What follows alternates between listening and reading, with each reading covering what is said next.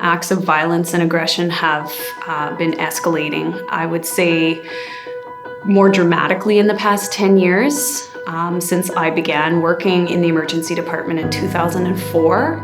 And I would say over the past 2 years, it's gotten quite bad.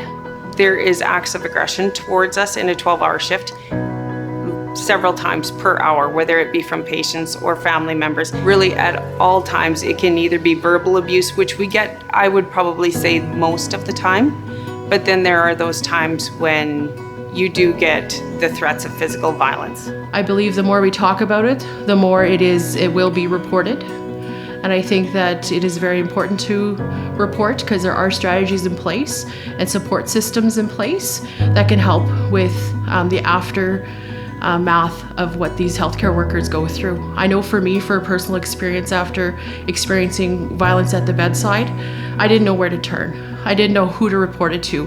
I still to this day find myself being hesitant around people that raise their hands, worried if they're going to connect with me. So I'm very cautious when I go into a bedside around a patient who is showing signs of aggression. So unfortunately, violence in the workplace, I think, is something that we experience a little too often, to the point at which it's something that kind of loses its shock value, so to speak, because we do see it, I think, more often than we should or are subjected to it.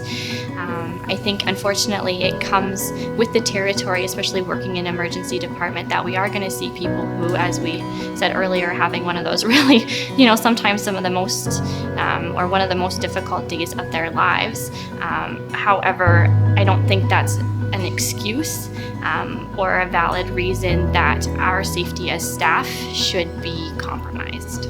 Safety for everyone in our health workplaces is important. If we don't have safe staff, it's hard to provide safe patient care.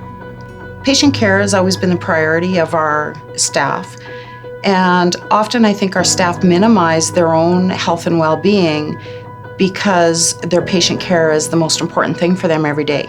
I was a nurse when I started my career, and it's not that you expect violence there, but if somebody comes in and they're agitated and upset, you, in a sense, respond to them as a patient. You try and meet their needs. And in a sense, if it's resulted in verbal aggression or somebody's struck out, there's a tendency to kind of think that that's just what happened there. And you've sort of dealt with the patient's taken care of, you've done your job. And you don't always think as a nurse to go and report the incident at that point. But the very fact of not reporting it means that for myself in my current role as an administrator, I may not know that that's happened. I may not be able to kind of go, we need to change something, or we need to provide different supports and allow you as a frontline professional to feel more protected and supported in your role. And that's where reporting is so important, is that it allows the system to respond and meet your needs. It absolutely has become more normalized, and that is something that we have to work together to stop. No way ever should a worker think that being hit, kicked, punched, or slapped is a part of the job. It is not a part of the job. That should never be normalized as part of the job. Should never happen. SASWH is committed to working with our partners in the Saskatchewan healthcare industry.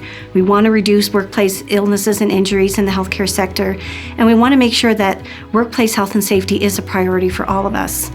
We know and we have heard that violence and aggression is escalating in severity in our healthcare workplaces, and we know that a significant part of our violence prevention framework and strategy is the need to have effective and timely reporting. If we're going to bring about the desired corrective actions, increased reporting is what's required. This campaign of I Will Report calls for our additional collaboration with system partners and our frontline workers. I'm confident that by working together to address incidents of violence and aggression, we can make our healthcare workplaces safer for all of us. I will report when a violent act is put upon me, when someone says something inappropriate, I will report. Because if we don't report, who's ever going to know, and how is it ever going to get better if you never say anything? By saying I will report, you're agreeing to making a change and being part of the improvement. My name is Carmen. I'm a registered nurse, and I will report. I will report. I will report. I will report. I will report.